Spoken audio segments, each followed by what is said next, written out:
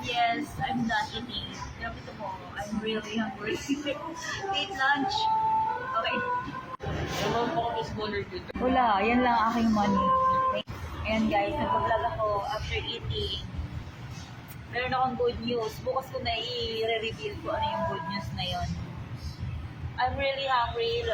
Late lunch. Kaya tingnan mo, ubus na ubus ko yun to the bone.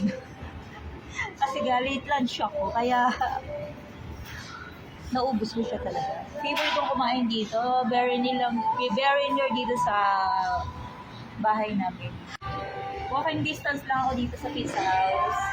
Meron ding Max Restaurant, Tigo, Jollibee, McDo, Pancake House, Starbucks, 7-Eleven, Ministop. Maraming fast food dito na sa mga kiosk, marami din.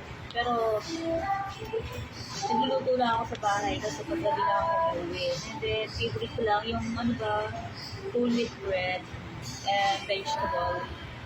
Minsan rice, pero vegetable diet. Yan thank you.